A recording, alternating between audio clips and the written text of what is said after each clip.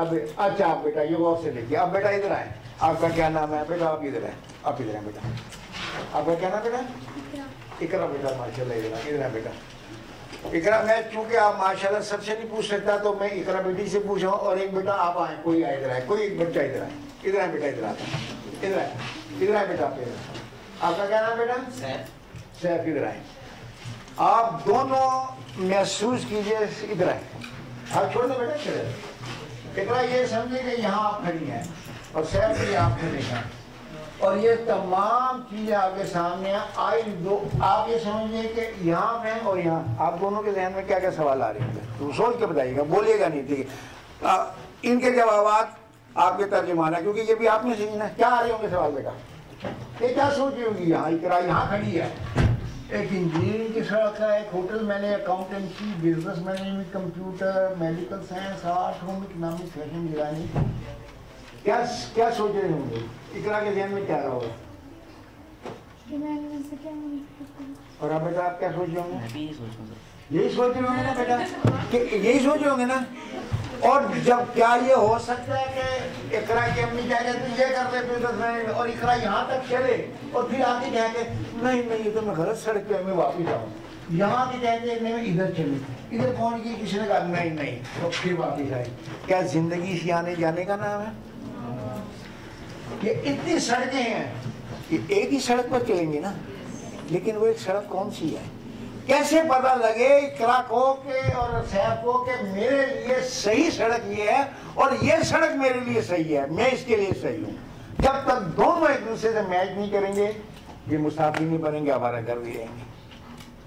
ये होगा ना बेटा? इस समय बेटा आप इसी चौक पे खड़े हुए हैं, क्योंकि 10वीं के बाद बेशुमार सड़कें होंगी, किस सड़क पे जाएं? और बेटा माँ बाप की ना मानिएगा इस मामले में, क्योंकि वालिदैन को नहीं पता, वो जज्बात में आगे कहता है डॉक्टर बन जा, तो कहता नहीं इंजीनियर बन जा। जो चीजें वो खुद नहीं बन सके आप वो सलीब पे चढ़ाना चाहते हैं जिसपे वो खुद नहीं बन चढ़ सके। माँ बाप को पता है कि क्या होगी कैरियर प्लानिंग, वो सिर्फ देखेगा जी पैसे बढ़े हैं इसमें चला जा, क्या पता इसमें इंजीनियर बनने वाली सलाहियत है कि नहीं है। तो बेटा माँ बाप की नाफरमाबरदारी का नहीं मैं कह रहा, हर फील्ड क्या हर आदमी का एक फील्ड होता है। क्या मेरे सर में दर्द हो तो मैं क्या सर्विस जूते वाली दुकान पे जाऊंगा? कहाँ जाऊंगा? मैं डॉक्टर के पास ही जाऊंगा ना।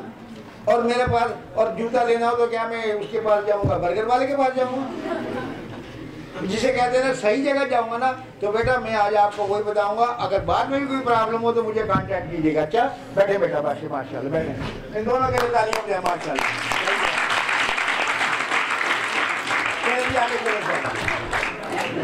अब ये देखिए, अगर आपको यही नहीं पता, अगर आपको यही नहीं मालूम कि जाना कहाँ है तो पहुंचेंगे कहाँ? क्या ऐसा हो सकता है? अगर मुझे पता नहीं, जो कासिम शाह साहब ने बड़ी अच्छी मिसाल दी कि उस आदमी ने पूछा बूढ़े ने कहाँ जाना है, उसने कहा जी मुझे नहीं पता। उसने कहा फिर इससे क्या फर्क पड़ रहा है, किसी भी रास्ते पर चल पड़, जब तुझे मालूम ही नहीं कहाँ जाना है तो कहीं भी चला जा।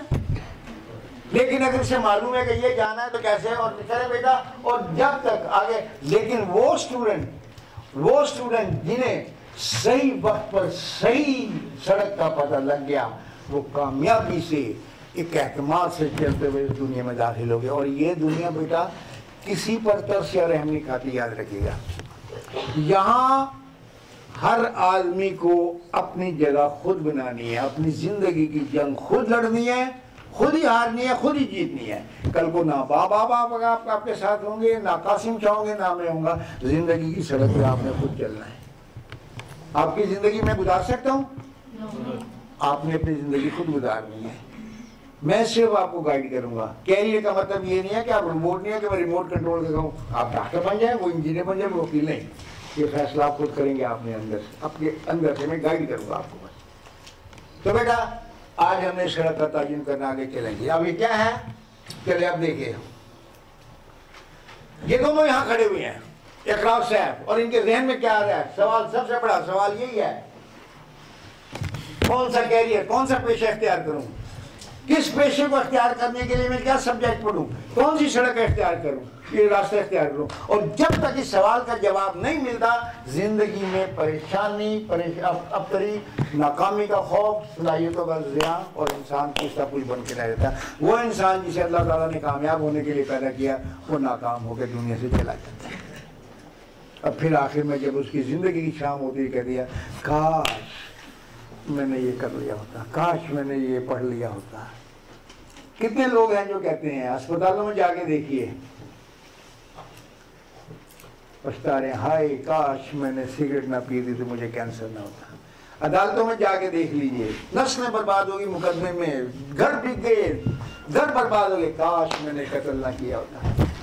ड्रग हाउस में जाके देख लीजिए, नस्लें बर्बाद हो गई, बच्चियां भी में तलाक हो गई, बच्चे मुजरिम बन गए, काश मैंने हेरोइन ना पी होती तो मेरा सब कुछ ना बता होता, काश मैं ये कर लेता।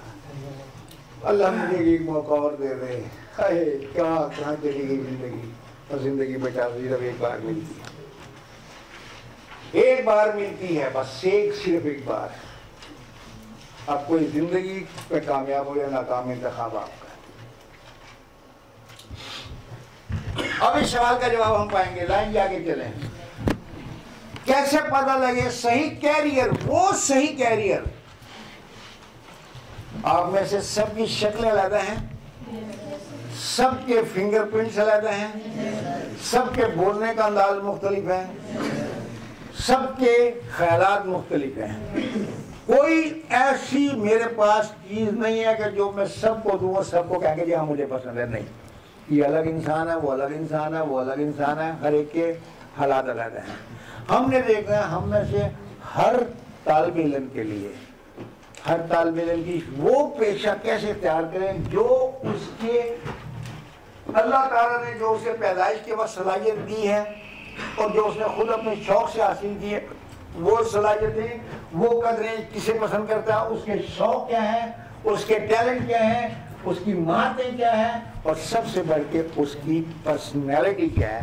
उन सब को सामने रखते हुए इनके लिए क्या बेहतर है, उनके लिए क्या बेहतर है, उनके लिए सही क्या है, और यह 4 स्टेप होते हैं। चलिए जी, पहला स्टेप लीजिए, देखिए 4 स्टेप होते हैं बेटा, गौर से समझिएगा।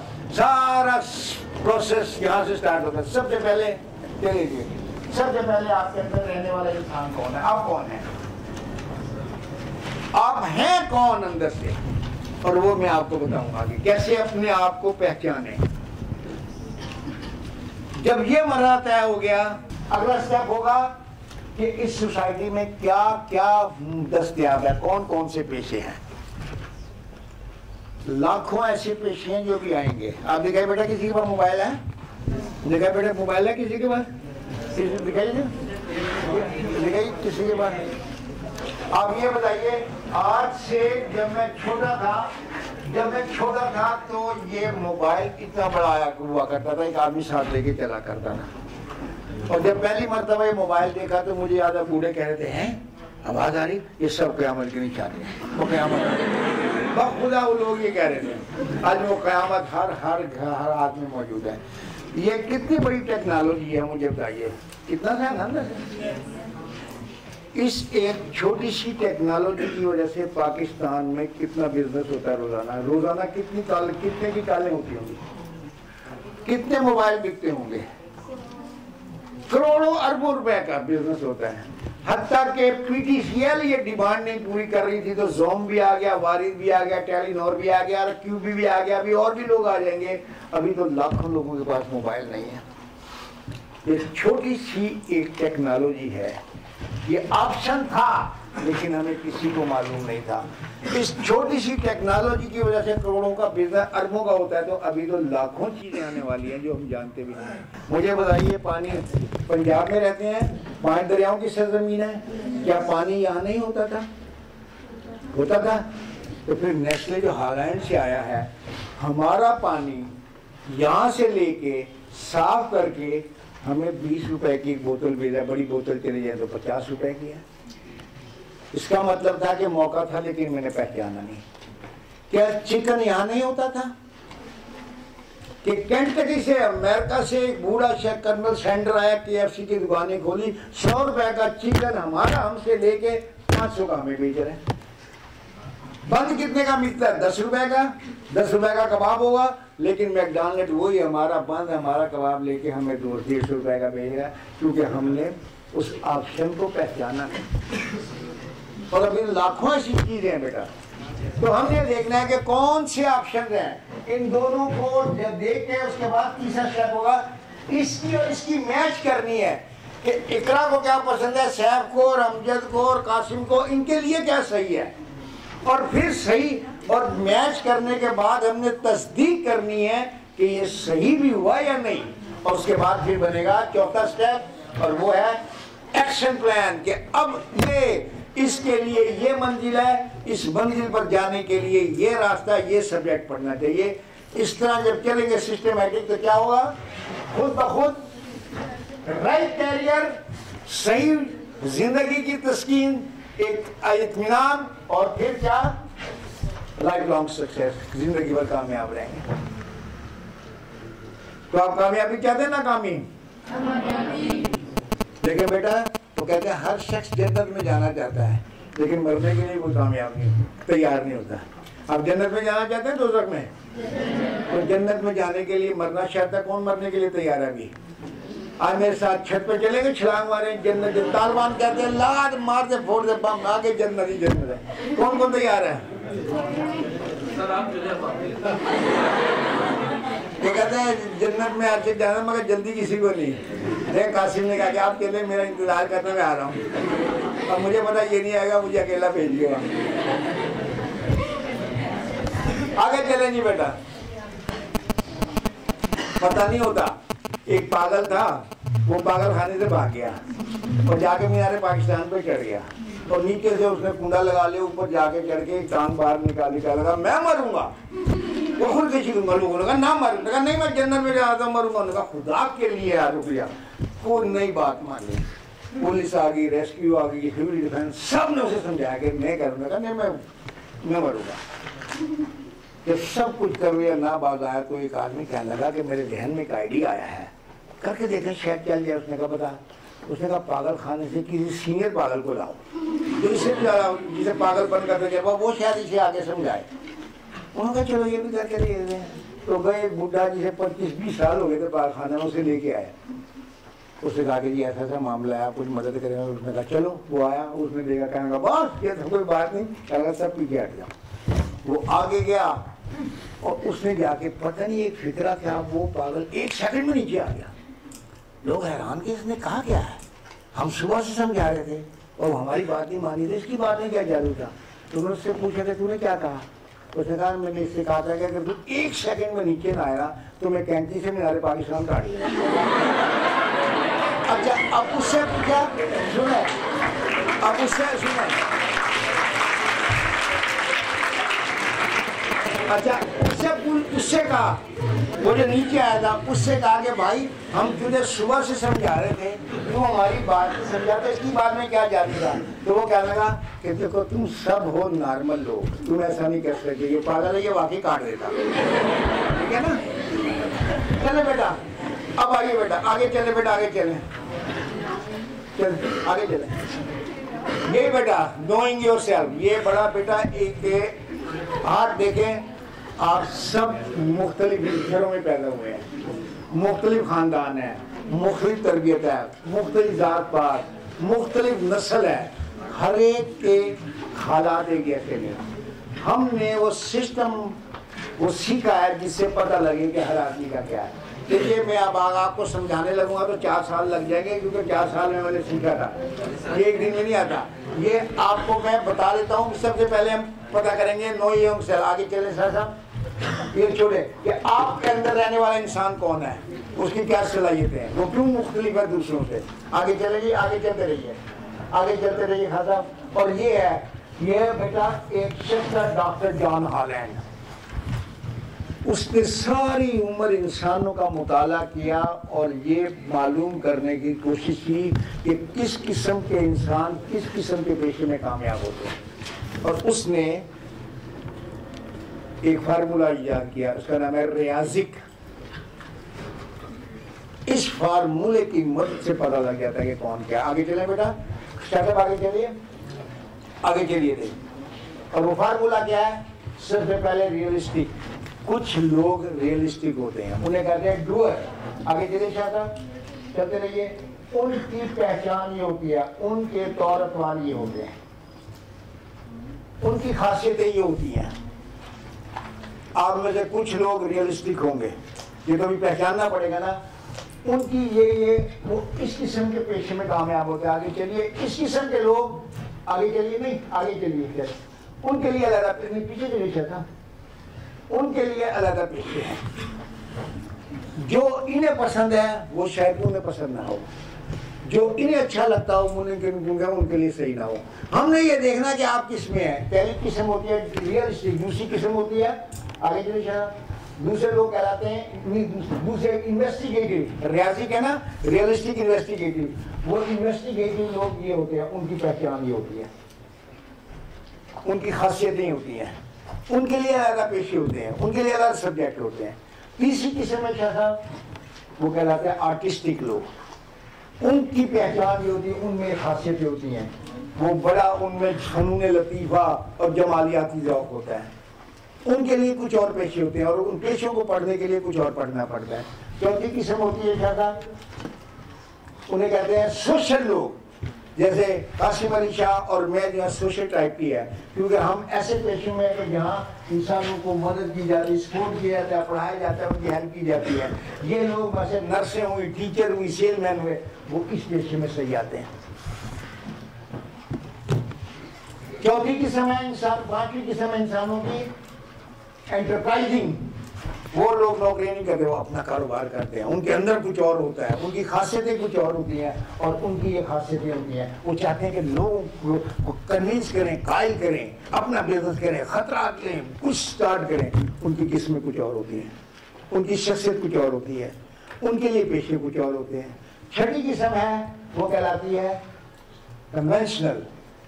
वो लोग जो होते हैं ना, वो इस किस्म की खासियतें होती हैं, उनकी खासियतें तो उन्हें देख कर पता लगता है कि ये क्या अंदर से, और फिर उसके लिए लहदा पेशे हैं। तो बेटा कोई ऐसी एक होती है ना मास्टर की जो हर ताले को लग जाती है, तो कोई ऐसी मास्टर की नहीं कि जो सबके लिए सही हो।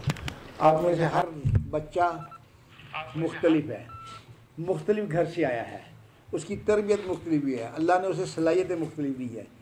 हमने ये देखना है कि ये बच्ची क्या है, वो क्या है, वो क्या है, और फिर उसके मुताबिक सही देना है। अगर मुझे जाना है रावलपिंडी और यहाँ से मैं गुजरात तक सही मोटरवे पे गया और मोटरवे से मैं सिर्फ 1 इंच इधर हो गया, वो 1 इंच बढ़ता बढ़ता बढ़ता बढ़ता बेटा मुझे इस्लामाबाद की बजाय कहीं का कहीं ले जाएगा, फिर शायद सारी ज़िंदगी में भटकता रहूँ, इस्लामाबाद में पहुँच सकूँगा।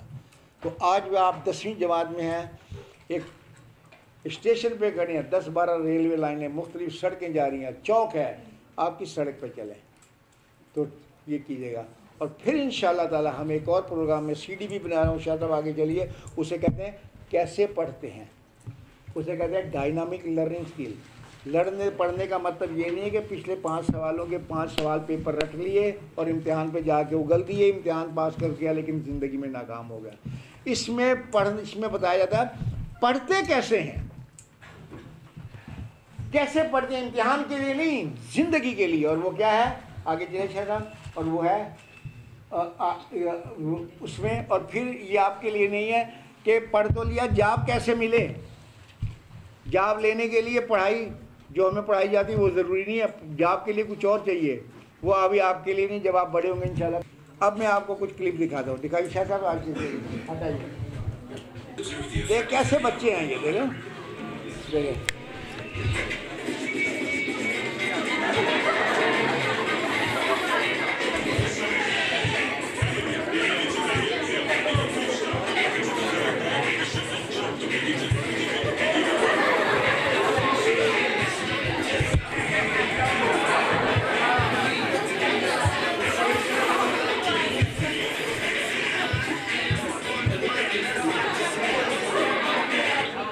अब ये पानी किया उसने, अब दूसरे ग्रुप के बारिया क्या लगा, शर्त लगा, उसने कहा आ जा। अब देखिए, अब ये रेसें होंगी।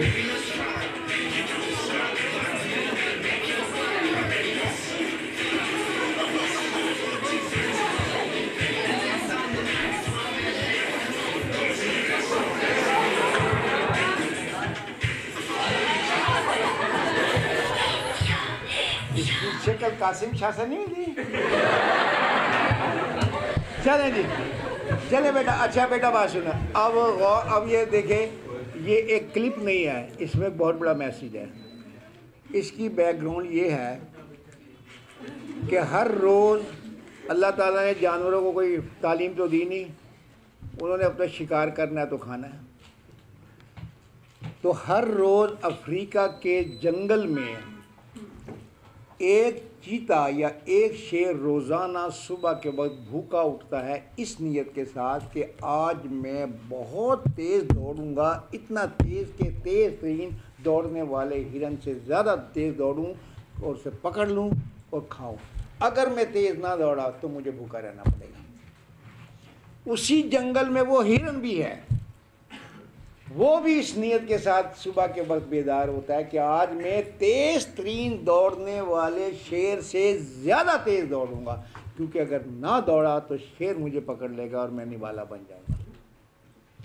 दोनों उसी जंगल में हैं, दोनों की अपनी अपनी कमिटमेंट है, अपने अपने सामने मकसद है। एक के सामने ज़िंदगी का मकसद है, एक के सामने भूख का मसला है। कौन मरता है कौन जीता है ये अल्लाह को पता है, लेकिन इसमें मैसेज ये है कि चलता रहे चलता रहे चलता रहे, और रुक गया तो मर गया। अब इस कहानी को जहन में रखते हुए ये क्लिप देखिए, मैं नहीं बताता क्या है। तेज़ तरीन दौड़ने वाला जानवर कौन है? चीता। और सुस्त दौड़ने वाले जानवर बहुत से हैं। नहीं, कछुआ तो रेंगने वाला है, दौड़ने वाले। बियर भी है ना। अब ये देखना बेटा, और बियर, फिर बियर का छोटा सा बच्चा। लेकिन अगर आदमी अपने तमाम तर वसाइल इस्तेमाल करे, कोई बहानेबाजी ना करे, तो फिर क्या होता है ज़िंदगी में ये देखेगा। शाह साहब ये लगाए और ये देखेगा, गौर से देखेगा। ये बड़ी कर दीजिए, गौर से देखेगा इसे बेटा, खामोशी लेकर। या सुबह के वक्त इसे भूख लग रही है, देखिएगा।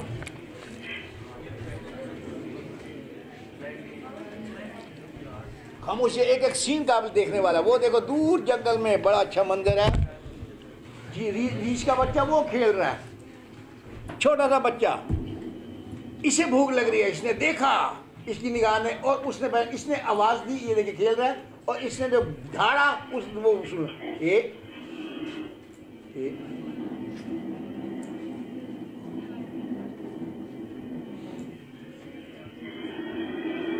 इसकी आवाज़ सुन लिए। ये बात अब देखिए, फिर जिंदगी मौत का खेल स्टार्ट हो गया।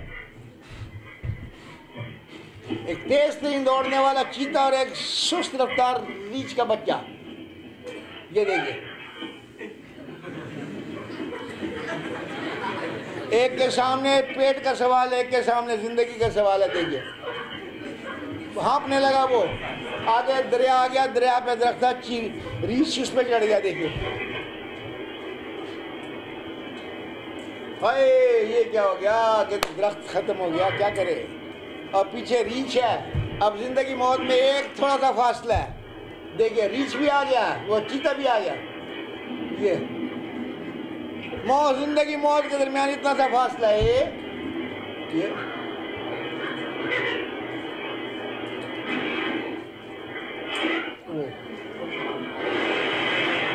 वो दरिया में गिर गया लकड़ी समेत।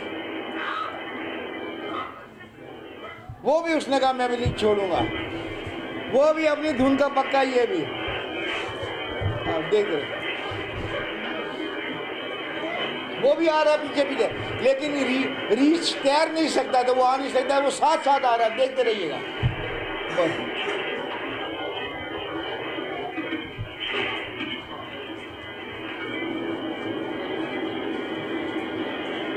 आज आप उधर कहाँ जाएगा, आज आ देगा।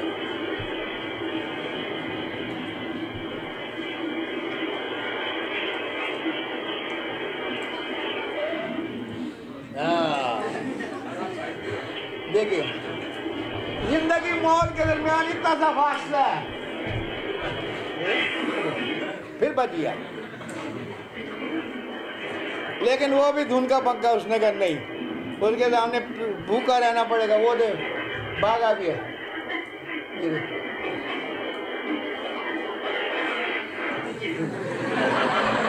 लेकिन लेकिन अब खुश्की आ गई, अब खुश्की आ गई है। अब मेरे आंखें देखिए, अब देखिए, अब उसने चीख मारी उसने। रीस, वो उसकी माँ ने सुन, रीस चीखने से डरता है, उसकी माँ ने सुन ली। देखिए, अब देखिएगा,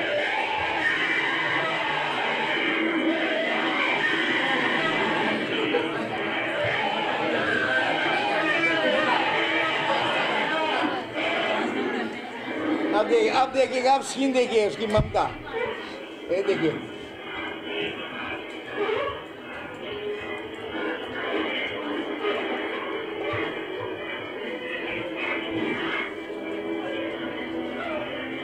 आजा मेरा पुत्र, आजा। और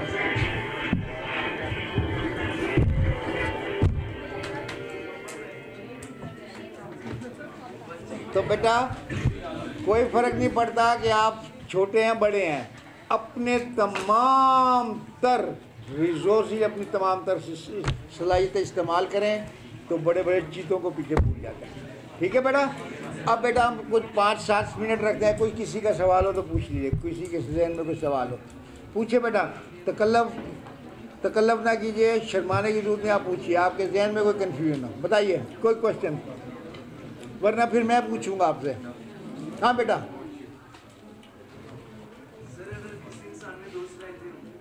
हाँ बेटा, वो अल्लाह क्या था, बिल्कुल उसे कहते हैं मल्टीपल इंटेलिजेंस। उसमें बेटा बाज़ दफ़ा देखा होगा, एक डॉक्टर को मैंने देखा बड़ा अच्छा मौसीकार भी था। कुछ लोगों में अल्लाह ताला की अता होती है मल्टीपल स्किल, वो एक से ज़्यादा काम करने लगता है, वो भी पता लग जाता है, बेटा की। नहीं, जो टॉप पर होगा करेगा एक ही पेशा है, एक को हॉबी बना लेगा। ये कोई शादी तो नहीं कि दोनों शादियां कर ले कटी, ना एक ही करेगा ना। हाँ जी, और जी बेटा। अगर कोई इंसान ज्यादा सारे कामों के बारे में इल्म लेना चाहता हो, जैसे एक इंसान में इल्म की प्यास होती है, तो वो चाहता है कि मुझे इस काम से इल्म मिल जाए, इसके बारे में पता चल जाए, इसको छोड़ दूं फिर अगला। इस तरह का इंसान क्या करे? वो पागल है, वो हरफन मौला नहीं, वो हरफन पागल है। क्या सब कुछ बन जाएगा? एक कुछ नहीं बन सकता, लेकिन कुछ इल्म हासिल करना एक अलग बात है, इन्फॉर्मेशन, लेकिन पेशा बेटा एक ही इख्तियार करता है। मैं ये कह सकता हूँ मैं थोड़ा सा डॉक्टर बन जाऊँ, थोड़ा सा इंजीनियर बन जाऊँ, थोड़ा सा वकील बन जाऊँ, ऐसा नहीं होता। पेशा एक ही होता है, बाद में उसके बारे में पढ़े। मेरा पेशा टीचिंग है, लेकिन मैं आजकल इसके मूवी कैसे बनाते हैं, तालीमी फिल्म में, मैं उसके बारे में सीख रहा हूँ, लेकिन डोमिनेंट पेशा एक ही होता है।